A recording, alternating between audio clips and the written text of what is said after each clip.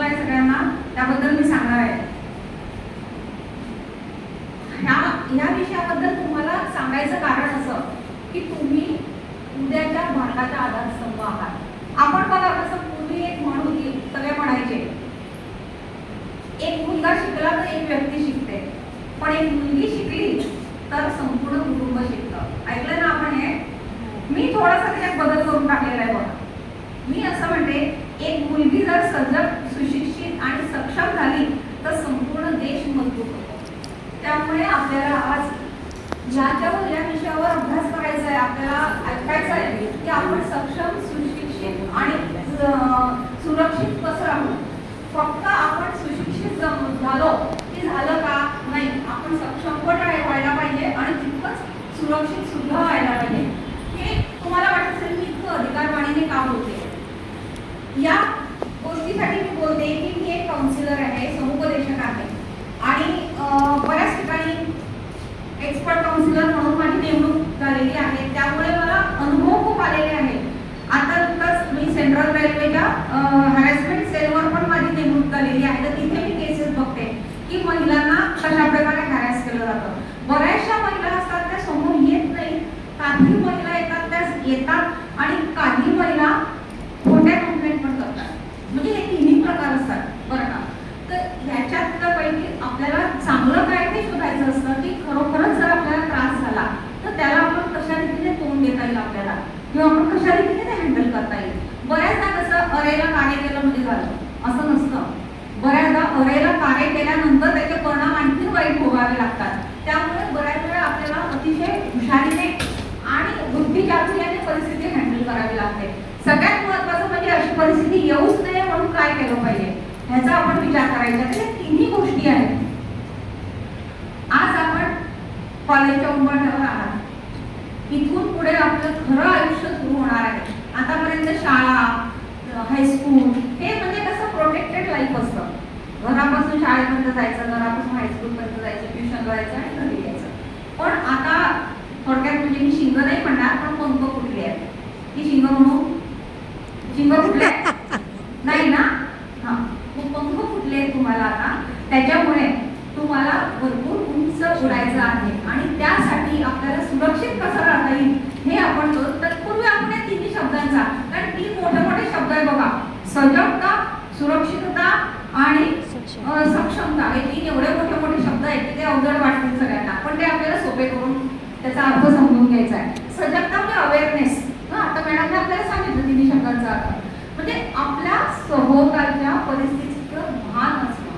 सजगता, जागी असणं म्हणजे झोपेतून जागी होणं नाही. तुम्ही म्हणाल आम्ही तर जागी आहे, तसं नाही. आजूबाजूला काय चाललं आहे हे लक्षात ठेवणं. मग ही सजगता प्रत्येकच क्षेत्रात असते. उदाहरणार्थ डिजिटल क्षेत्रात असते, कायद्याच्या क्षेत्रात असते किंवा आरोग्याच्या क्षेत्रात असते. तर एक एक म्हणजे मी थोडक्यात तुम्हाला सांगते की डिजिटल क्षेत्रात तुम्ही सजगता ही तुम्हाला कशी ठेवता येईल, कशी सुरक्षितता ठेवता येईल. बऱ्याच मुलींना कशाला म्हणून महिलांना सुद्धा फोटो काढायची फार हौस असते की आपला एक छान तयारी केली, काही वेगळा मेकअप केला, एखादा वेगळा प्रसंग असेल तो फोटो काढायचा. नुसता काढायचा नाही, तो सोशल मीडियावर टाकायचा. मग बघायचं त्याला किती लाईक्स येत आहेत, कोण काय म्हणताय, काय करताय, हे सगळं आपण करत असतो बरोबर. तर हा फोटो काढायला 1 सेकंद लागतो. किती वेळ लागतो? 1 सेकंद.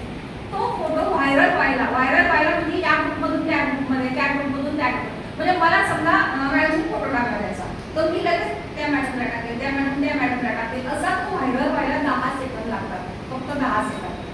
आणि त्याचे परिणाम भोगायला आयुष्य लागतं. मी हे का म्हणते, विनाकारण म्हणत नाहीये, अनुभवाचे बोल आहेत माझे.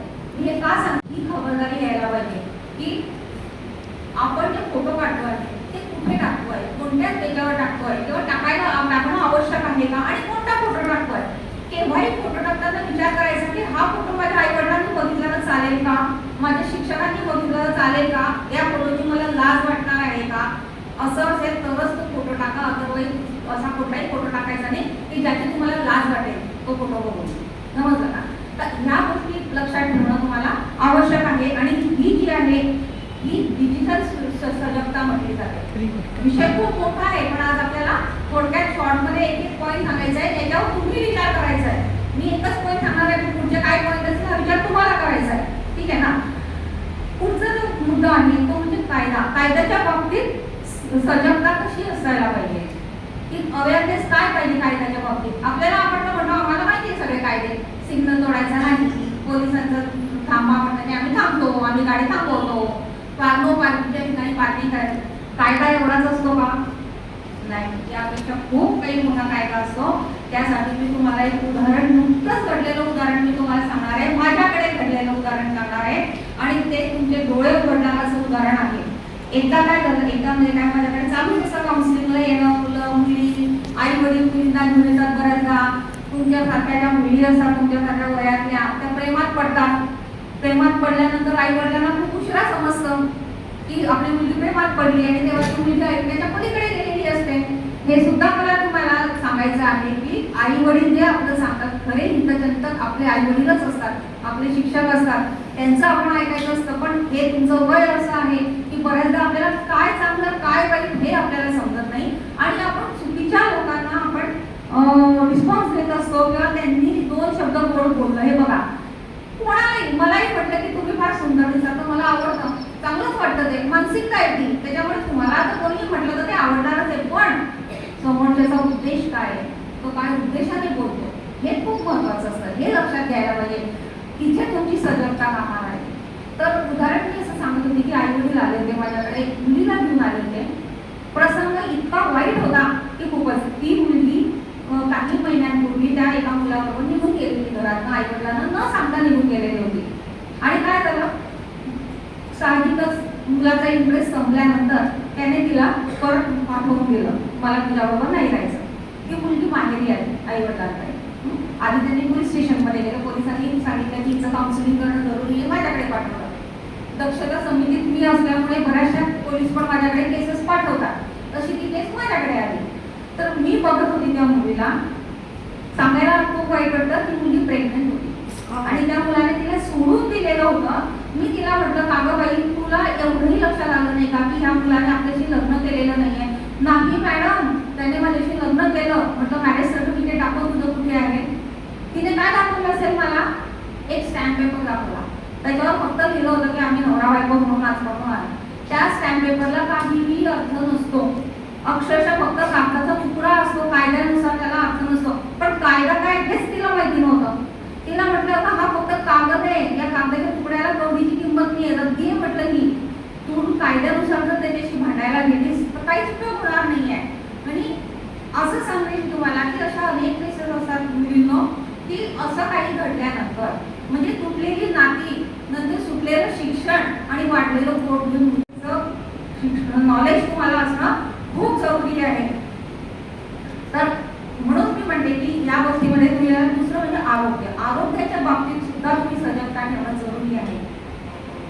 आरोग्य म्हणजे काय, फक्त चांगलं व्हिटॅमिनयुक्त खाणं असं होतं का?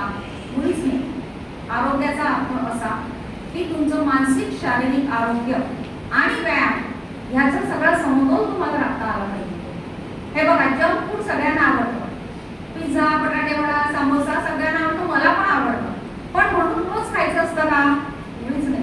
एक दिवस ठरवायचं, आठवड्यातून 15 दिवसांनी एक दिवस, फक्त तेवढंच. बाकी रोज आपली पोळी भाजी वरण भात हेच जेवण चांगलं असतं आणि हेच करायला पाहिजे. आई सांगून सांगून थकते, पण मुली ऐकत नाही. तर याच्या पुढे लक्षात ठेवायचं, आरोग्याच्या बाबतीत सजगता असली पाहिजे.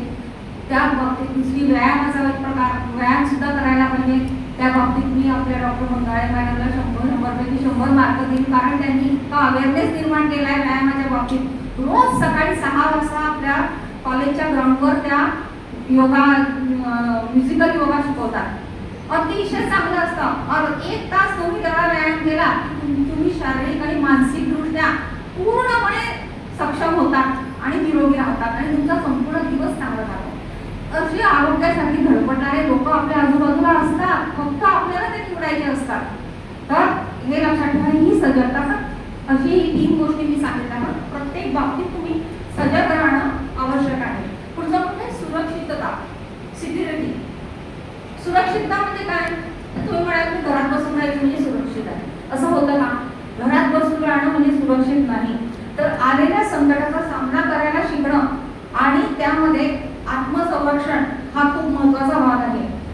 हे करणं तुमचं नाही म्हणायला शिकणं आणि तंत्रज्ञानाचा वापर इमर्जन्सी म्हणून कसा करता येईल ते बघणं, हे सुरक्षिततेमध्ये हे 2-3 मुद्दे मी आज घेणार आहे. सगळ्यात महत्त्वाचं म्हणजे आत्मसंरक्षण. त्या बाबतीत पण मला असं वाटतं तुमच्याकडे लेक्चर झाले असतील, मी मुलींना सांगितलं असेल, पण 1-2 मुद्दे महत्त्वाचे ते मी तेवढे सांगू इच्छिते. ते म्हणजे की समजा न जाणं, सगळ्यात पहिली गोष्ट अशी वेळ येऊच द्यायला नको की आपल्यावर चुकीची वेळ, म्हणजे थोडक्यात म्हणजे काय, रात्रीचं एकटं दुखलं जाणं टाळणं, शक्य असेल तितकं टाळायलाच पाहिजे. विनाकारण नको तिथे हिंमत दाखवायची नाही. की सांगते आई की जाऊ नको रात्री जाईल. एक सिनेमा होता बघा 7च्या आत घरात, आठवतं का? तुम्ही होता आमच्याकडे, म्हणजे आमच्याकडे नाही पण मधल्या काळात होता तो. तर त्या सिनेमात खूप चांगलं दाखवलेलं आहे की आई सांगते की नाही, आजी सांगते की 7च्या आत घरात यायलाच पाहिजे, हा नियम करते, पण तो त्या मुलांना आवडत नाही आणि त्याचे परिणाम तिथे वाईट रीतीने भोगावे लागतात की खूपच.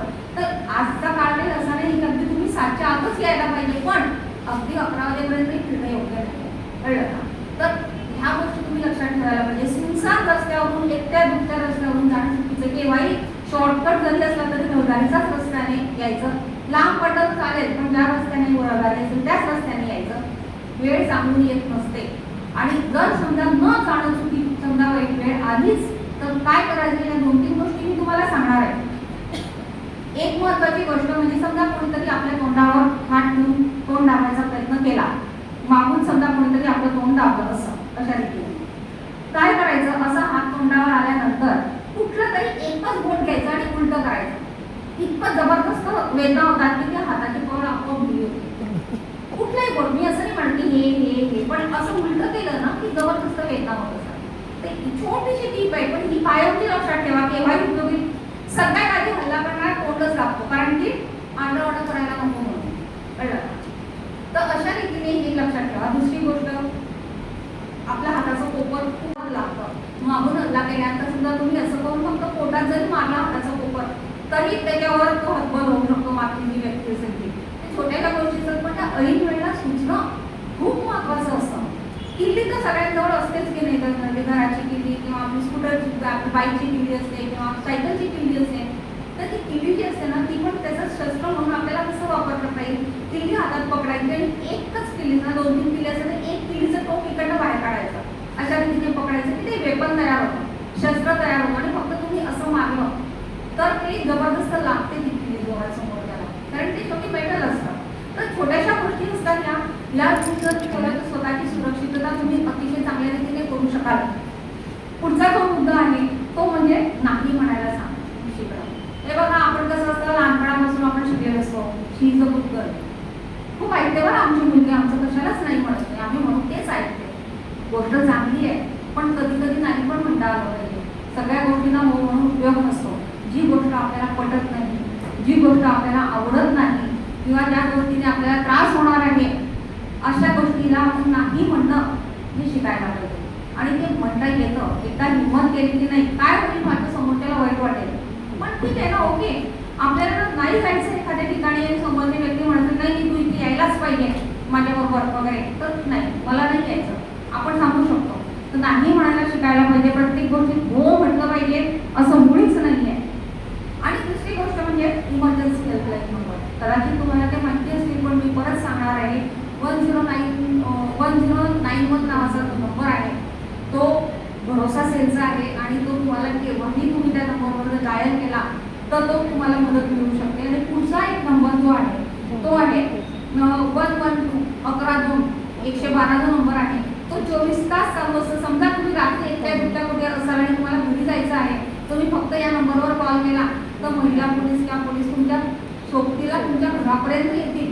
कुठलीही कंप्लेंट किंवा काही करायची तुम्हाला गरज नसते. इतका सोपा, म्हणजे इतकं आपल्याला शासनाने किंवा आपल्याला इतकी सोय करून दिलेली आहे, पण आपल्याला या गोष्टी माहितीच नसतात. आणि मग आपण म्हणतो की मी काय करू, मला सुचलं नाही का, मला माहिती नव्हतं. ठिकठिकाणी तुमच्या सुरक्षेची व्यवस्था असते, पण फक्त तुम्ही त्याचा लाभ घ्या. थोडंसंही तुम्हाला धोका वाटला तर धोका पत्करू नका. या गोष्टीचा तुम्ही फायदा करून घ्या. तर हे नंबर आपल्याला कायम पाठ पाहिजे आपल्या मनात, हे नंबर. आणि केव्हाही वेळ आली तर आपल्याला माहिती पाहिजे, आपल्या मैत्रिणीला आपल्याला सांगता आलं पाहिजे दुसरी गोष्ट म्हणजे केव्हाही फोन एका जाताना असं फोन चार्ज पाहिजे. असं नव्हतं की फोन डिस्चार्ज होऊन गेला आणि कॉन्टॅक्टच नाही करू शकते. आळशीपणा करायचा नाही. बाजूला 4 मेसेजेस नाही बघितले तर चालते, पण कुठे दूर जायचं असेल किंवा दूरच्या ठिकाणी जायचं असेल तर फोन चार्ज करून फोन दूरच जायचं असतं, हे लक्षात ठेवा. त्यानंतर जी आहे ती आहे सक्षमता. तर सक्षमता म्हणजे कोणावरही अवलंबून न राहता स्वतःचे निर्णय स्वतः घेणे. याचा अर्थ असा नाही की आपली मनमानी करणं. योग्य गोष्टीमध्ये आपण जरूर सल्ला घ्यावा, पण प्रत्येक गोष्टीमध्ये जर एखादी गोष्ट पटत नसेल, परत परत मी तेच सांगते की आपल्या मनाला जर पटत नसेल, कारण आपलं गट फिलिंग आपल्याला काही वेळेला सांगतं की नाही हे असं नाही, हे असं आहे, त्यावेळेला आपल्या मनाचं ऐकणं जरुरी असतं. आणि म्हणूनच तेव्हा आपण स्वतःचा निर्णय आपण स्वतः घ्यायला पाहिजे. या बाबतीत आर्थिक स्वावलंबन फार महत्त्वाचा विषय आहे. हा आर्थिक साक्षरता जी आहे, आर्थिक स्वावलंबन केव्हा होतं, जेव्हा तुम्ही स्वतःच्या पायावर उभं राहून काहीतरी 4 पैसे मिळवाल तेव्हा आर्थिक स्वावलंबन म्हणतात. आणि ते केव्हा होतं की आर्थिक साक्षरता तुमच्यात आली. आर्थिक साक्षरता म्हणजे काय? तुम्ही म्हणा आम्ही तर साक्षर आहे, आम्हाला लिहिता वाचता येतं, आम्हाला इंग्लिश येतं, आम्हाला मराठी येतं, आम्हाला हिंदी येतं, म्हणजे तुम्ही साक्षर झाला का? नाही. आर्थिक साक्षरता हा पूर्णपणे वेगळा टॉपिक आहे. आर्थिक साक्षरतेमध्ये बघा, बँक अकाउंट मला मी बऱ्याचदा बघितलेला आहे, मुलींना साधा बँकेचा फॉर्म भरता येत नाही. कठीण नसतं काही, पण येत नाही म्हटल्यावर आपण नाही मला येत नाही, मग कोणतरी आपला भाऊ भरून देतो, आपले वडील भरून देतात, किंवा तिथे त्या माणसाला सांगतो की तुम्ही भरून द्या बरं, मला काही जमत नाही आहे. का नाही जमत? लिहिता वाजता येतं ना, करा का तरी प्रयत्न, काय होईल चुकेल, परत करता येईल, पण ह्या ज्या गोष्टी आहेत तुम्ही करायला शिकायला पाहिजे. मला आठवतं, म्हणजे आता मला तर पुष्कळ वर्ष झाले, मी जेव्हा पुण्याला कॉलेजला होती तर माझे वडील मुद्दाम मला बँकेत, तेव्हा बँक त्या रेग्युलर नव्हतं, पण मुद्दाम बँकेत पैसे पाठवायचे, कारण तू जा आणि काढ ते पैसे, तुला तेवढं जमायला पाहिजे, बँकेतनं पैसे काढता आलं पाहिजे यासाठी. आता आजकाल तर सगळं बँकेनुसारच चालतं आणि UPI वगैरे ऑनलाईन हे सगळं आजकाल इतकं कॉमन झालेलं आहे की हे तुम्हाला यायलाच पाहिजे. आणि या बाबतीत साक्षरता म्हणजे सुरक्षितता तुम्ही बाळगणं जरुरी आहे. ऑनलाईन पेमेंट करताना काय काळजी घ्यायला पाहिजे हे लक्षात ठेवायचं. नंतर UPI नंबर जो असतो तो काय असतो, त्याची कशी काळजी घ्यायची, पण किती जवळची तिची बाउंड्री आपण ठरवता आली पाहिजे. इतकं पण नाही की आपलं सगळंच तिला सांगता आलं पाहिजे, इतकं पण नको. की ह्या गोष्टी काय आहेत ना, ह्या आपण लक्षात ठेवणं अत्यंत गरजेचं आहे. त्याचप्रमाणे आपली जी माहिती, आपण कुठे जात असतो, बाहेरगावी जात असतो, कुठे उतरणार आहे, कुठे थांबणार आहे, ही सगळ्या माहिती आहे, ही आपल्या मैत्रिणींना मित्रांना देण्याची गरज नसते, पण घरच्यांना देणं जरुरी असतं. की मी कुठे जाते, मी कुठे जाणार आहे, बाहेरगावी मी जाते तर मी कुठे थांबणार आहे, हे सगळं आपल्या घरच्यांना सांगणं अत्यंत आवश्यक आहे. त्याचप्रमाणे जेव्हा आपण बाहेरगावी जातो त्यावेळी आपल्याला कधी कधी घरात आपण म्हणतो की ठीक आहे, कशाला आपण आईला सांगायला पाहिजे. आपल्याला जर घरच्यांनी विचारलं, आई नाही पण घरात कुठे चालली, सांगून जायचा, आपल्याला राग येतो. आता मी मोठी झाली आहे, आता कशाला सांगायला पाहिजे, वाटतं की नाही सगळ्यांना प्रत्येक वेळेस मी काय सांगायला पाहिजे, रोज मी ट्युशनला जाते, रोज सांगायचं का, पण नाही, त्याच्या मागे काळजी असते, हे लक्षात ठेवा. आणि मी असं म्हणत नाही की रोज तुमचा धोकादायक दिवस असतो, पण एखादा दिवस असा असतो की ज्या दिवशी तुम्हाला धोका होऊ शकतो. त्यावेळेला घरच्यांना माहिती पाहिजे तुम्ही कुठे जाताय, किती वाजता येणार आहे, काय करणार आहे, त्यात कुठेच कमीपणा नसतो, हे लक्षात ठेवा. आधी स्वतःच्या मनाला हे सांगत राहा की कमीपणा नसतो. रेड फ्लॅग्स असतात बघा बऱ्याच वेळा, ते आपल्याला ओळखता आले पाहिजे. रेड फ्लॅग म्हणजे काय? धोका. एखादी व्यक्ती, जवळची व्यक्ती, कोणी पण म्हणा, XYZ, एखादी व्यक्ती जर तुम्हाला तुमच्या कंट्रोलमध्ये तुम्हाला ठेवत असेल, तुमच्या कुटुंबापासून, तुमच्या मित्रमैत्रिणींपासून तुम्हाला दूर करत असेल आणि तुमच्या पर्सनल इन्फॉर्मेशनचा गैरवापर करत असेल किंवा तुम्हाला धमकी किंवा दबाव तुमच्यावर टाकत असेल तर तिथे सावध व्हायचं. त्याचा गैरवापर होऊ शकतो हे लक्षात घ्यायचं आणि तिथे ताबडतोब सावध व्हायचं त्या व्यक्तीपासून. तर असे हे काही व्यक्तींच्या बाबतीत आपले रेड फ्लॅग्स असतात. ह्या गोष्टी ज्या असतात ना, ह्या छोट्या असतात. बऱ्याचदा आपल्याला वाटतं की नाही नाही त्या व्यक्तीचं माझ्यावर प्रेम आहे म्हणून ती अधिकाराने मला विचारते, पण अधिकार गाजवणं ही गोष्ट वेगळी असते आणि धमकी देणं किंवा आपल्या नियंत्रणाखाली ठेवणं ही गोष्ट वेगळी असते. प्रेमाचा अधिकार वेगळा असतो, पण ह्याच्यातल्या ह्या सीमारेषा इतक्या अस्पष्ट असतात मुलींना की हे ओळखणं फार जरुरी असतं. तर त्यामुळे तुम्ही याच्यापुढे लक्षात ठेवायचं, एखादी व्यक्ती जर आपल्यावर दबाव टाकत असेल तर ती का टाकते टाकते, कशा रीतीने टाकते हे ओळखून त्या व्यक्तीपासून दूर होणं अत्यंत गरजेचं असतं. सगळ्यात महत्त्वाचं म्हणजे मी आधी पण सांगितलं तेही सांगते की पालकांशी संवाद ठेवणं जरुरी आहे. आपण कितीही मोठे झाले तरी आपल्या पालकांपेक्षा आपण लहानच राहणार आहोत हे लक्षात ठेवा. शेवटी मी हे मुद्दे तर आपले कव्हर झाले. मी एकच गोष्ट तुम्हाला सांगेल की सावित्रीबाई फुले आणि जिजाऊंनी शिक्षणाचे दार आपल्यासाठी उघडले आहेत. म्हणूनच आपण आज या कॉलेजच्या बेंचवर बसू शकतो आहोत. त्यांच्या संघर्षाचा आदर करणं ही आपली जबाबदारी आहे. ना की आपण मोकळेपणा जरूर असायला पाहिजे, पण कितपत हे लक्षात ठेवलं पाहिजे. म्हणजे गुलाब बनून काट्याच्या आडोशाला उभं राहू नका, तर वाघीण बनून स्वतःचे रक्षण करायला शिका. हे महत्वाचे आहे. हे स्वतःच्या मनात तुम्ही बिंबवून घ्या. स्वतःचं एक स्वतंत्र अस्तित्व तुम्ही निर्माण करायला आपण करूया. हे म्हणजे मी तुम्हाला प्रश्न विचारणार नाही, म्हणून उत्तर द्या मला त्यातल्या त्यात. म्हणजे मला द्या का मोठ्याने द्या, तसंही मला उत्तर द्या. त्या गेमचं नाव आहे what if game. What if म्हणजे जर असं झालं तर तुम्ही काय करा, या प्रश्नाचं मला उत्तर पाहिजे. आता मी तुम्हाला परिस्थिती सांगते, तुम्ही मला उत्तर द्या. कोणी पण एक व्यक्ती त्या मनातल्या मनात स्वतःला उत्तर द्या. परिस्थिती बघा, एखादी अनोळखी व्यक्ती तुम्हाला म्हणते ठीक आहे, थोडीशी ओळखीची पण असेल, ती म्हणते तुझा फोटो पाठव, तू खूप छान फोटोजेनिक आहे, तुझा चेहरा खूप छान आहे, तुझा फोटो पाठव, मी तुला खूप सुंदर ऑपॉर्च्युनिटी देते, म्हणजे तुला एक मॉडेलिंगची संधी देतो. आता कोणी म्हणतं तुझा फोटोजेनिक चेहरा आहे, तू छान दिसते, तुझे फोटो सुंदर येतात, असं म्हटलं तर आपल्याला आवडतं. असं म्हटल्यावर तुम्ही फोटो पाठवणार का?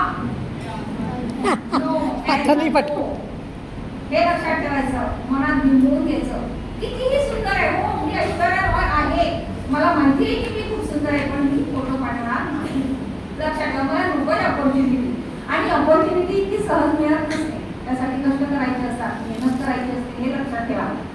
पुढचा मित्र म्हणतो की तू माझ्यावर विश्वास ठेवत असेल तर मला पासवर्ड दे. द्यायचा का पासवर्ड?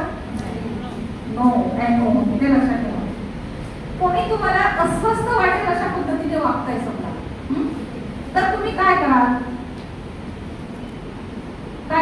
तुम्हाला अतिथी होत आहे. बऱ्याच नाही स्पर्श असतो बघा. मी नेहमी म्हणते की मुलींना स्त्रियांना 6 सेन्स असतो. 5 जे आपले संवेदना असतात त्याच्यावर सावधी असतं ते महिलांना असतो. एखादा स्पर्श झाला तर तो चुकून झाला की मुद्दाम झाला हे बरोबर कळतं आपल्याला. ते सांगायला कोणाला यावं लागत नाही, आपण एकदम वळून बघतो किंवा रागाने बघतो.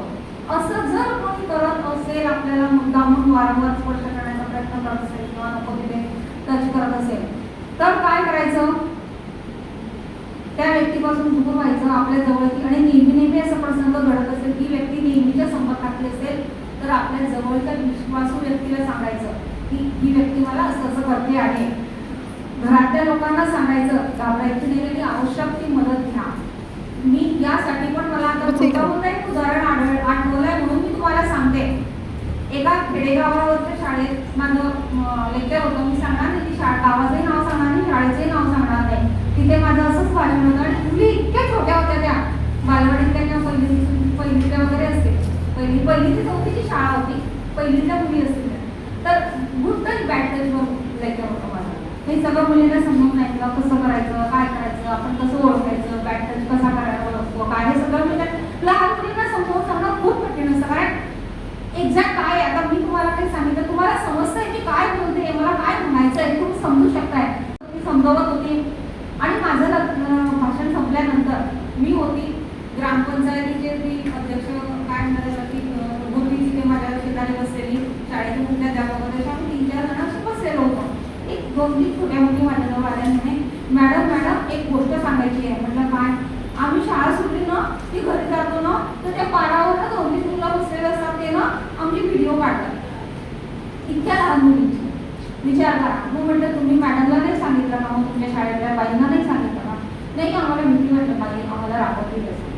म्हटलं ठीक आहे. माझ्या शेजारी त्या ग्रामपंचायतीच्या अध्यक्ष वगैरे बसलेल्या होत्या. म्हटलं मॅडम बघा तुमच्या गावात काय नाही. त्या लगेच म्हणे ठीक आहे मी बघते काय आहे काय नाही. शेजारी एक शिक्षिका होत्या ना, असं मी बोलायला नको, पण मग त्या एकदम राबवून तू आम्हाला सांगितली नाही ही गोष्ट. म्हटलं मॅडम तिला राबवू नका, ती हिंमत करून पुढे आली सांगायला, हीच खूप मोठी गोष्ट आहे म्हटलं. आणि आज तिला विश्वास विश्वास वाटला की मी यांच्याजवळ सांगू शकते, याच्यावर तिला रागवायच्या ऐवजी का नाही सांगितलं, याच्यापेक्षा याच्या पुढे आपण काय करू शकतो हे लक्षात घ्या. त्यांनी ऍक्शन घेतली. परत मी 15 दिवसांनी त्या शाळेत गेली, त्या मुलीला जवळ बोलवलं, म्हटलं आता संपला का प्रॉब्लेम, म्हणे आता ते मुलं नसतात, आता आम्ही. म्हणजे इतकी छोटीशी गोष्ट होती, त्या मुलीच्या लक्षात आलं की हे चुकीचं आहे, हे आपले व्हिडिओ काढतात, आपले फोटो काढतात आणि हे आपण सांगायला पाहिजे. तर म्हणून म्हणते कधी शांत राहायचं नाही, गप्प राहायला एक लिमिट असते, पण जेव्हा ती लिमिट क्रॉस होते, वारंवार ती गोष्ट घडते, तेव्हा नक्की त्याच्याबद्दल कुठेतरी सांगणं, शेअर करणं, विश्वासू व्यक्तीला सांगणं खूप जरुरी असतं. आणि एखादी गोष्ट जर तुम्हाला चुकीची वाटत असेल, म्हणजे सांगितलं गट फिलिंग तुम्हाला सांगतं, ती गोष्ट जर चुकीची वाटत असेल, पण सगळे म्हणत असतील तरी पण ऐकायची नाही. आपलं मन जे असतं ते नेहमी आपल्याला बरोबर सांगतं. उदाहरणार्थ एखाद्या समजा आपल्याला रात्रीच्या शोला जायचं, एखाद्या सिनेमाला जायचं, मूवीला जायचं आणि आपल्याला वाटतं की नको, येताना रात्र होईल आणि माझं घर खूप गावाच्या बाहेर आहे, नको जायला, येताना प्रॉब्लेम येईल मला. पण मैत्रीण खूप आग्रह करते, ग्रुप खूप म्हणतं नाही नाही काय एवढं काय, अगदी आजकाल काय खूप रस्त्याने किती लोक असतात, तिथं काय आपली 11 वाजता काय लोक झोपतात का, काय नाही काही होत नाही काय. पण जेव्हा आपलं मन आपल्याला सांगतं ना की नाही करायचं, तेव्हा नाही करायचं. विनाकारण रिस्क घ्यायची नाही. थोडक्या रिस्कसाठी आपण आयुष्यभराचं एक धडा आपल्याला मिळू शकतो. त्यामुळे लक्षात ठेवा की ह्या गोष्टी आपण टाळायला पाहिजे. आपलं मन जे सांगतं ऐकायला पाहिजे. ओव्हर काय म्हणतात हिंमत जे असते ना ती कधीच करायची नाही.